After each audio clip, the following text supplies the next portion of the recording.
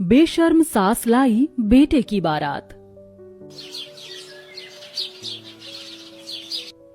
अब बस बंद भी करो सासू माँ, और कितने ठुमके लगाओगी?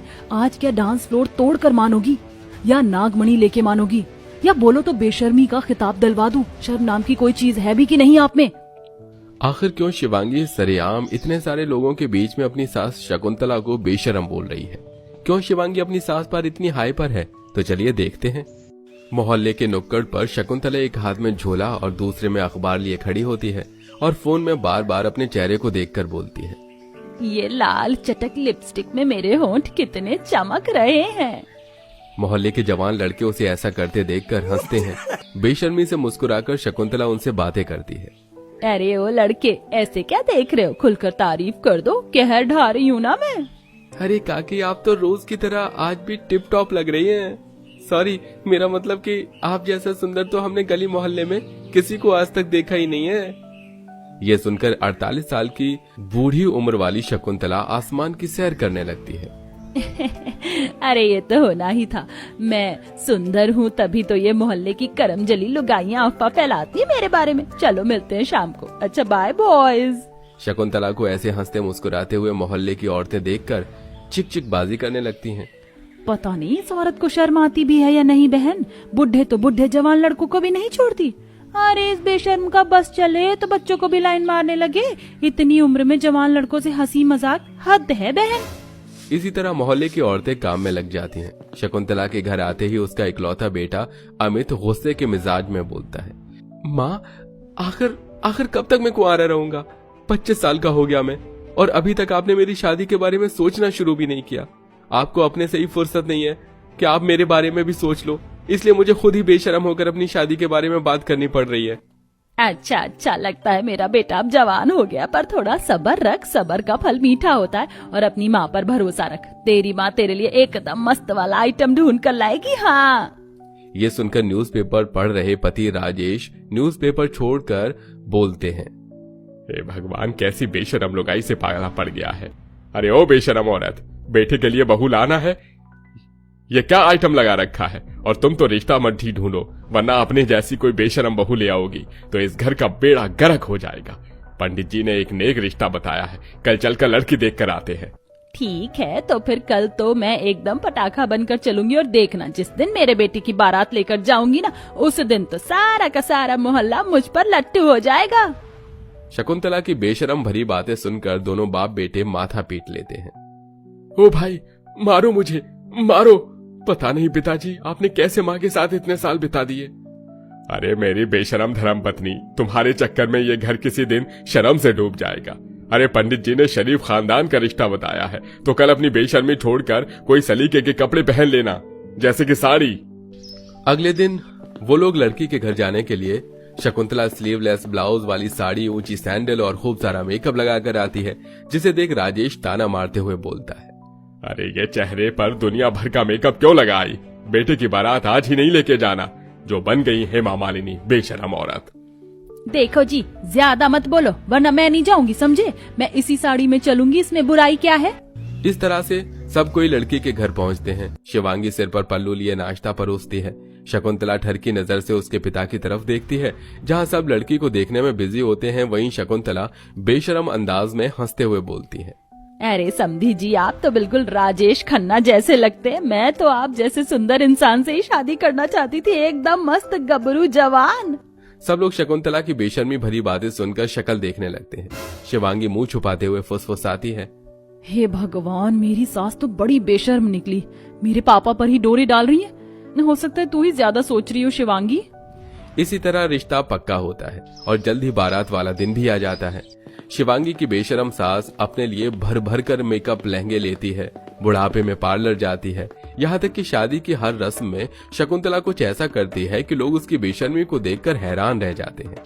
आखिरकार बारात वाला दिन आ जाता है, जहाँ वो मेकअप वाली से बोलती है, अरे ओ मेकअप वाली, कितना हल्का मेकअप किया है। अरे भाई अच्छे से लगाओ, थोड़ा गाढ़ा गाढ़ा, मेरे बेटे की बारात है और दूल्हे की माँ हूँ मैं, थोड़ा स्टाइल मारना तो बनता है।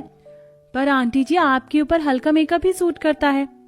खुद को आंटी बोलने पर सास चिढ़कर बोलती है, आंटी किसको बोला? आंटी होगी तू और तेरी अम्मा। पैसे चाहिए ना, तो मेकअप पूरा करो।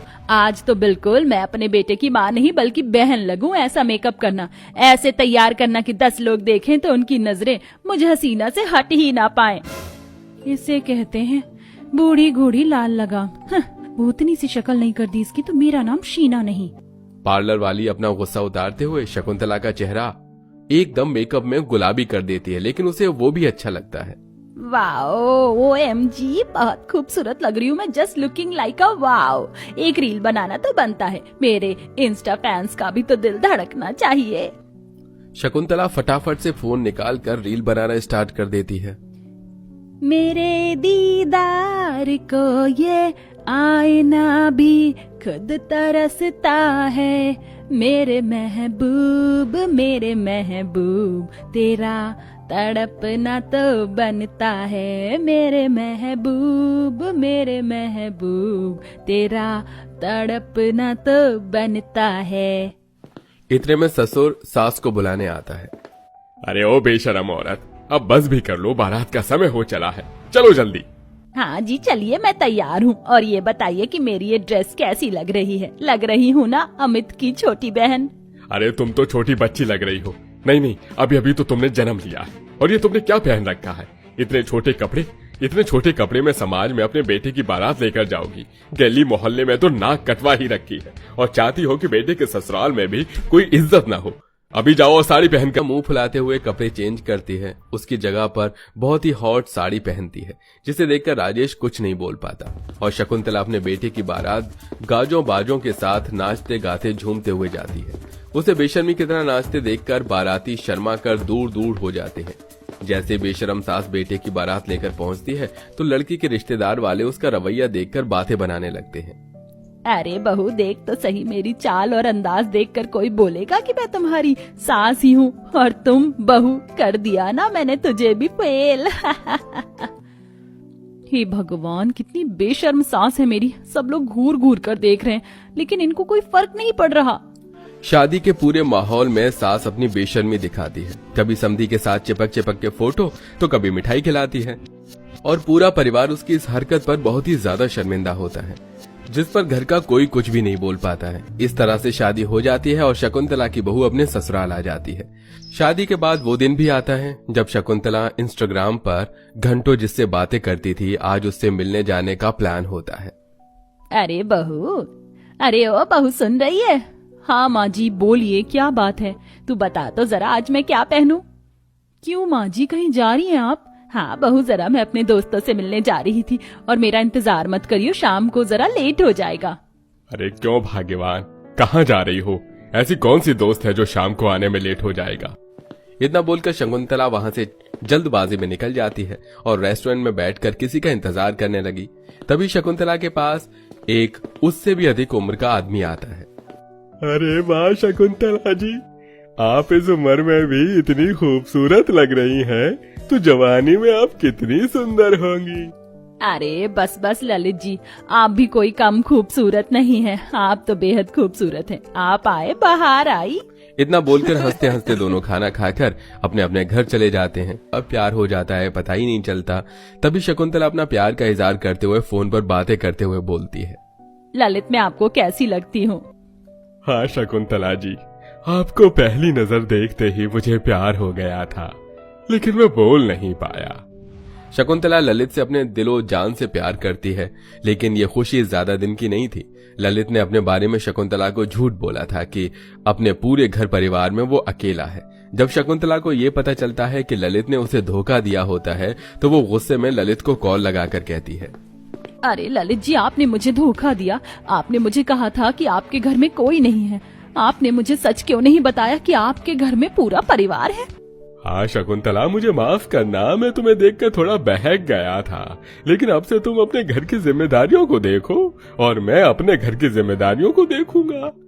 इतना सब सुनने के बाद शकुंतला अपनी आंखों में आंसू ले रोने लगती है, जिससे कि उसकी बहू शिवांगी उसे देख लेती है और उसे आकर समझाती है। माँ जी, मस्ती भी कोई उम्र के साथ ही अच्छी लगती है। आपके संस्कार आपके बच्चों को गर्व दिलाएंगे, लेकिन आपकी हरकतें उन्हें शर्मिंदा भी करती हैं। उस दिन के बाद से शकुंतला को पछतावा होता है और वो शर्मिंदा होती है और अपनी बहू से सुधार का वादा करती है। छोटे कपड़े पहनना छोड़कर साड़ी पहनना शुरू कर देती है। बहू, तुम्हारी बातों ने मेरी आंखें खोल दी। अब मैं संस्कारों और सम्मान के साथ रहूंगी। अब कोई भी मुझे बेशर्म सास या बेशर्म माँ पत्नी नहीं बोलेगा। इस तरह से कहानी खत्म होती है। जहां शकुंतला मोहल्ले में अपनी बदली छवि के लिए तारीफ बटोरती है, तो वहीं पूरा परिवार खुशहाल नजर आता है और अपनी सास, पत्नी, माँ में हुए बदलावों के कारण अब वो सब भी गर्व के साथ रहते हैं। दोस्तों, जिंदगी में वो बदलाव जरूर करना चाहिए जिससे आपको और आपके परिवार को खुशी मिले और साथ में समाज में इज्जत भी।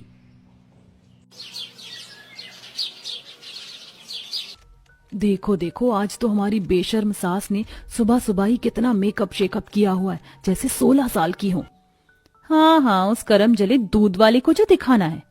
इस उम्र में सासू माँ को इतनी बेशर्मी शोभा नहीं देती। आज तो दूध का दूध पानी का पानी हो ही जाएगा कि सासू माँ का सच में दूध वाले के साथ चक्कर है कि नहीं। तभी दरवाजे पर दूध वाला आ जाता है। कामिनी मैडम जी, लाओ बर्तन दे दो दूध का। हाँ हाँ, ये लो बर्तन, पूरा भरकर दूध डालना। कामिनी जैसे ही बर्तन बढ़ाती है, उसकी साड़ी का पल्ला सरक जाता है, जिसे देखकर अब तो बहुएं और ज्यादा बातें बनाने लगती हैं। देखा तुम सबने, हमारी ठरकी सास ने अभी कितनी बेशर्म हरकत की। इस जैसी बेशर्म सास को तो चुल्लू भर पानी में डूब मरना चाहिए। आखिर क्यों ये पांचों बहुएं अपनी सास को बेशर्म बोल रही हैं? क्या सचमुच कामिनी बेशर्म है? आखिर क्यों ये 5 बहुएं इस तरह की खिचड़ी पका रही हैं? इस बात में कितनी सच्चाई और कितना झूठ है, कहानी के पिछले एपिसोड से। पार्क में कामिनी जॉगिंग के कपड़ों में सुबह के वक्त जॉगिंग करने जाती है, जहां 3-4 बुढ़े मिलकर कामिनी को देखकर छेड़ने लगते हैं। मेरा दिल भी कितना पागल है, ये प्यार तो तुमसे करता है, पर सामने जब तुम आती हो कुछ भी कहने से डरता है। ओ मेरे साजन, ओ मेरे साजन। अरे आइए आइए कामिनी जी, आपको देखकर तो दिन ही बन गया। क्या लग रही हैं आज तो आप सच में कहर ढा रही हो। अरे वैसे भी कहो कामिनी जी, इतने बुढ़ापे में भी आप क्या लगती हैं। सच में आज तो आप माल ही लग रही हो। अरे मेरा मतलब कमाल लग रही हो। बूढ़ों की बातें सुनकर कामिनी गुस्से में चिढ़कर बोलती है, ऐसा खींचकर तमाचा मारूंगी ना, कुछ दूर बॉल की तरह लुढ़कते हुए मिलेगा, बुढ़ा कहीं-का। इतना कहकर कामिनी आगे बढ़ जाती है, जहां पर उसे जवान लड़के मिलते हैं, जिसे देखकर कामिनी ठरकी अंदाज में बोलती है, अरे वाह, क्या स्मार्ट हैंडसम बॉयज हैं। इन्हें देखकर तो मेरा दिल फिसल रहा है। बॉडी भी कितनी मस्त है, इनमें से कोई मेरा बॉयफ्रेंड बन जाए। ऐसा बोलते हुए 45 साल की कामिनी लड़कों के पास आ जाती है। हेलो हैंडसम बॉयज, तुम में से कोई क्या मेरा दोस्त बनेगा? अरे आंटी जी, हम आपके बेटे की उम्र के हैं, आपको शर्म नहीं आती दोस्ती करते? देखो देखो दोस्तों, जिस उम्र में भजन कीर्तन सुनना चाहिए उस उम्र में जॉगिंग की ड्रेस में आंटी घूम रही हैं।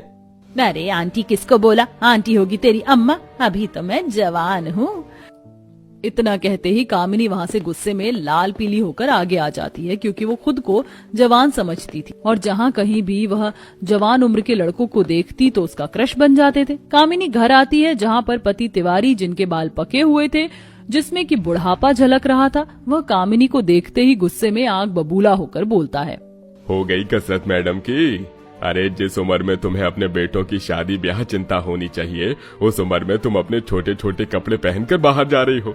अरे गली मोहल्ले में हमारे घर के बारे में कितनी बदनामी होती है, उससे तो तुम्हें कोई फर्क ही नहीं पड़ता। तुम इतनी ठरकी हो जाओगी, मुझे नहीं पता था। सबका अपना अपना जीने का अंदाज है।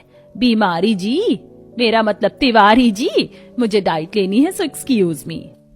इसके भरोसे रहा तो इस जन्म में मेरे बेटों की शादी होने से रही, और अपने हिसाब से कहीं ये ठरकी बहुएं न उठा ले आए।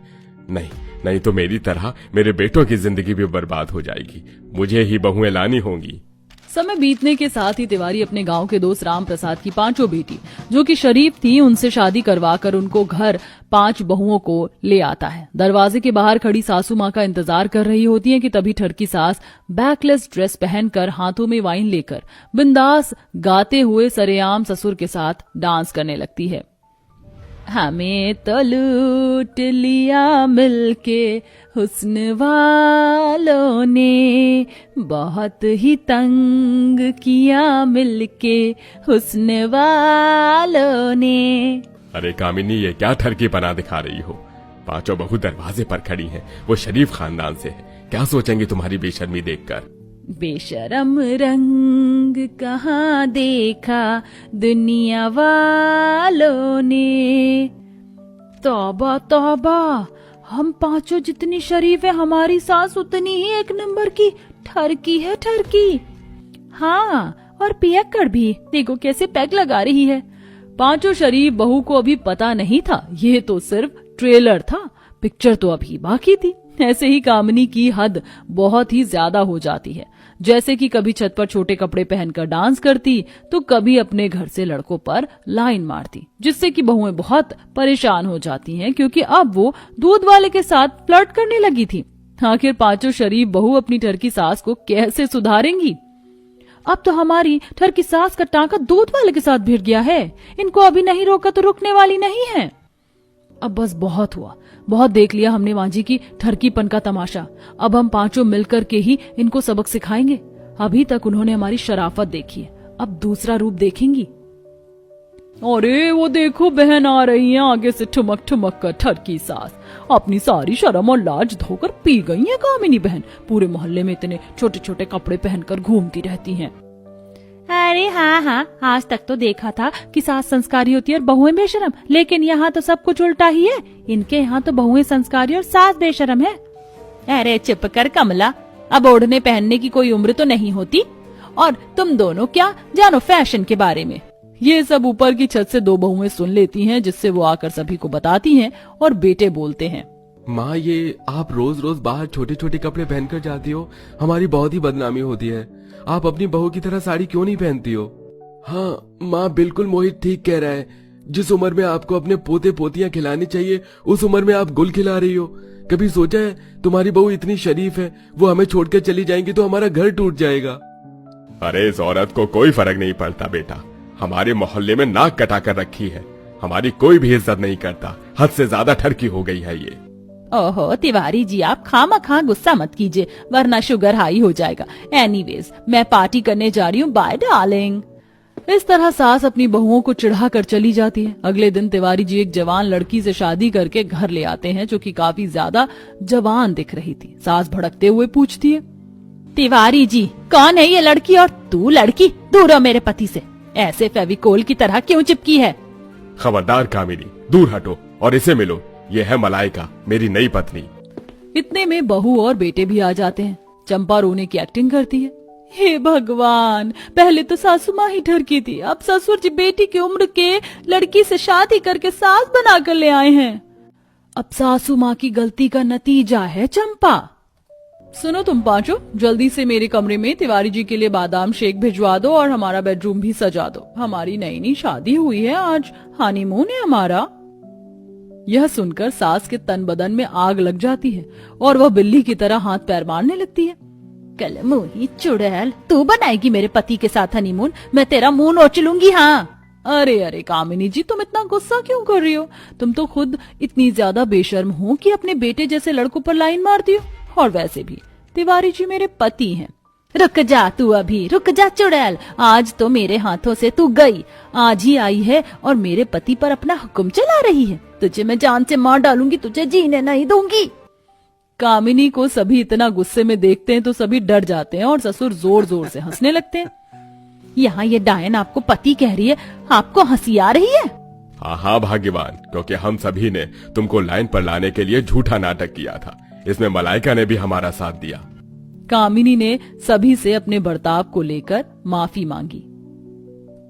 मुझे अपनी गलतियों पर बहुत पछतावा है, आप सभी मुझे माफ कर दो। अब से मैं कभी भी छोटे कपड़े नहीं पहनूंगी, आप ही मेरे पति परमेश्वर हो। ये सुनकर बहुएं मुस्कुरा देती हैं, क्योंकि उनका प्लान काम कर गया था और उनकी ठरकी सास अब सुधर कर शरीफ हो गई थी।